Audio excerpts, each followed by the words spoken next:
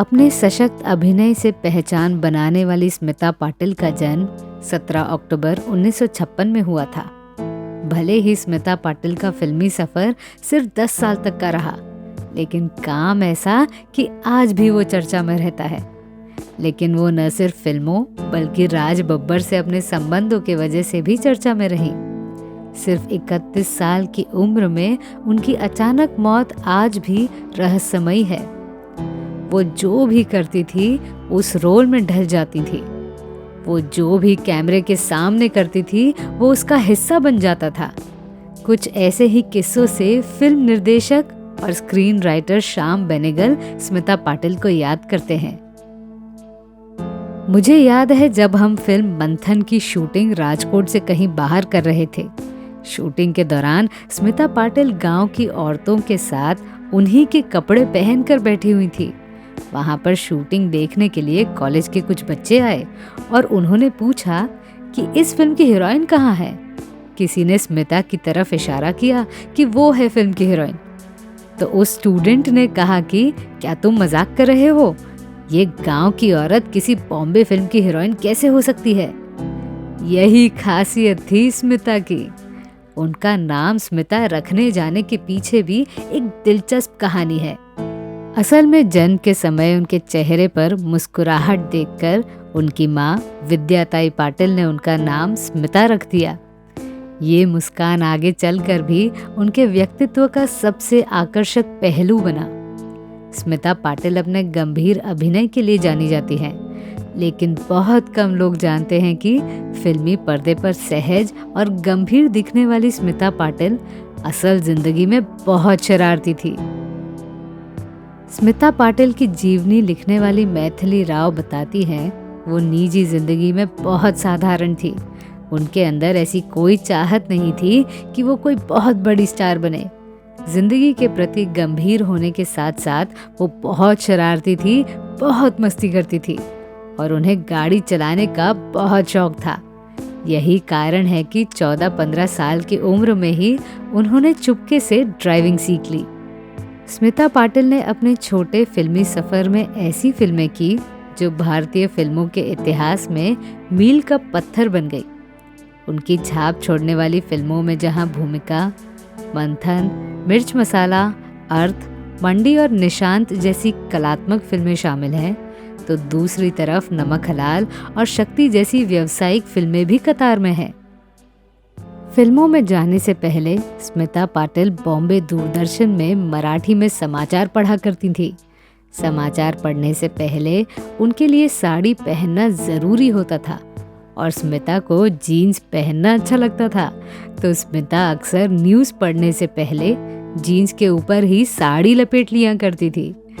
स्मिता के फिल्मी करियर की शुरुआत अरुण खोपकर की डिप्लोमा फिल्म से हुई, लेकिन मुख्य धारा के सिनेमा में स्मिता ने चरणदास चोर से अपनी मौजूदगी दर्ज की। इसके निर्देशक थे श्याम बेनेगल। वो बताते हैं, मैं अपनी फिल्म निशांत के लिए एक नए चेहरे की तलाश में था। मेरे एक साउंड रिकॉर्डिस्ट हुआ करते थे, हितेंद्र घोष। वो स्मिता पाटिल के दोस्त थे। हितेंद्र घोष ने मुझे बताया कि मेरी एक दोस्त है स्मिता पाटिल, मैं उसके परिवार को जानता हूँ। वो पुणे से है, लेकिन फिलहाल बॉम्बे में है और अपने पिता के साथ आई है। उनके पिता उस समय महाराष्ट्र कैबिनेट में मंत्री थे। जब मैं स्मिता से मिला तो मैंने तय किया कि फिल्म निशांत में स्मिता को कास्ट करने से पहले मैं स्मिता का एक छोटा सा ऑडिशन लेना चाहता हूँ और मैंने स्मिता को अपनी बाल फिल्म चरणदास चोर में प्रिंसेस के रोल के लिए चुन लिया।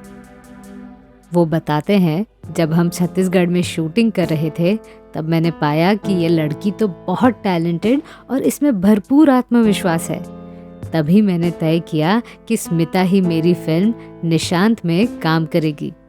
साल 1977 स्मिता पाटिल के लिए एक अहम पड़ाव साबित हुआ। इसी साल उनकी फिल्म भूमिका आई और इस फिल्म के लिए स्मिता पाटिल को राष्ट्रीय फिल्म पुरस्कार से सम्मानित किया गया। भूमिका से स्मिता पाटिल का जो सफर शुरू हुआ वो चक्र, निशांत, आक्रोश, गिद्ध, मिर्च मसाला जैसी फिल्मों तक जारी रहा। 1981 में आई फिल्म चक्र के लिए उन्हें एक बार फिर से नेशनल अवार्ड मिला। फिल्म मिर्च मसाला उनके निधन के बाद रिलीज हुई, लेकिन इस फिल्म में निभाए गए सोन बाई के किरदार को उनके बेहतरीन कामों में से एक माना जाता है। इसी फिल्म ने निर्देशक केतन मेहता को अंतर्राष्ट्रीय ख्याति दिलवाई। केतन मेहता बताते हैं, मिर्च मसाला मेरी तीसरी फिल्म थी और जब मुझे पता चला कि मेरी script national film development corporation से अप्रूव हो गई है तो मैं लोकेशन देखने गुजरात गया और इस फिल्म में मिर्च का एक अहम रोल है। जब मैंने वहां जाकर देखा कि मिर्च का सीजन शुरू हो चुका है और ये सीजन 2 महीने बाद खत्म हो जाएगा तो मैं भागकर बॉम्बे आया और स्मिता से मिला और ये सारी बातें उन्हें बताई और कहा कि अगर हम चूके तो अगले साल तक के लिए वेट करना होगा। स्मिता ने किसी भी तरह और फिल्मों की डेट आगे बढ़ा दी और इस फिल्म की शूटिंग शुरू की। सीन कुछ ऐसे थे कि एक मिर्च की फैक्ट्री के अंदर कुछ औरतें काम करती हैं। गर्मी का मौसम था। धूप और गर्मी के बावजूद स्मिता ने बहुत ही स्पिरिट के साथ काम किया और यूनिट के दूसरे लोगों को भी प्रोत्साहित किया।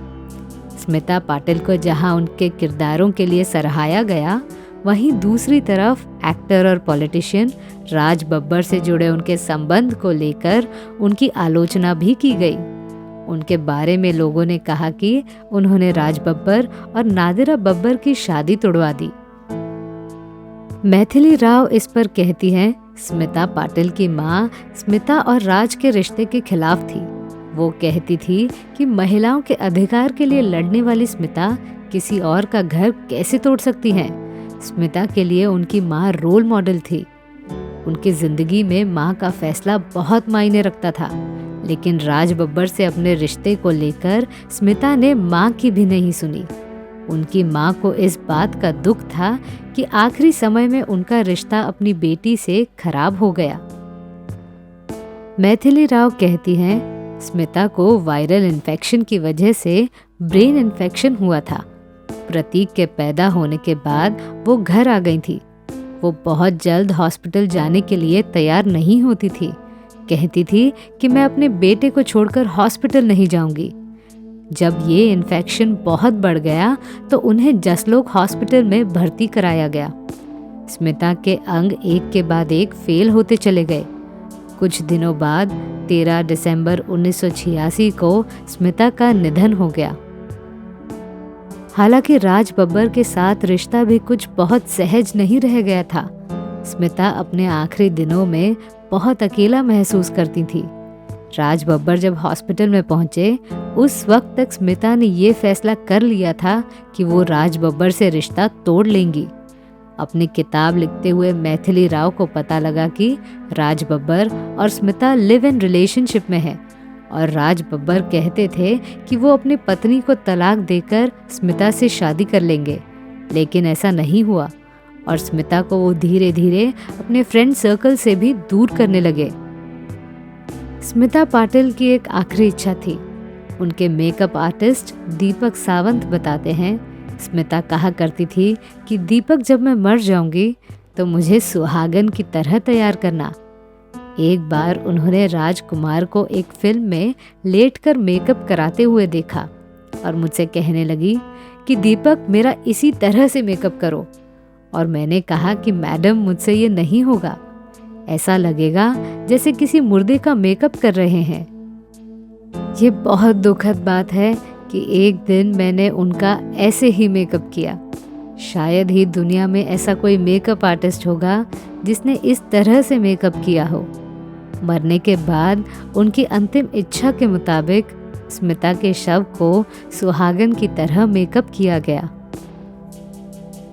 तो मैं थी आपकी आरजे अनामिका। मेरी सुनाई हुई कहानी आपको कैसी लगी ये हमें कमेंट सेक्शन में ज़रूर बताइएगा और हमारे channel biography and real life stories को सब्सक्राइब करना न भूलें।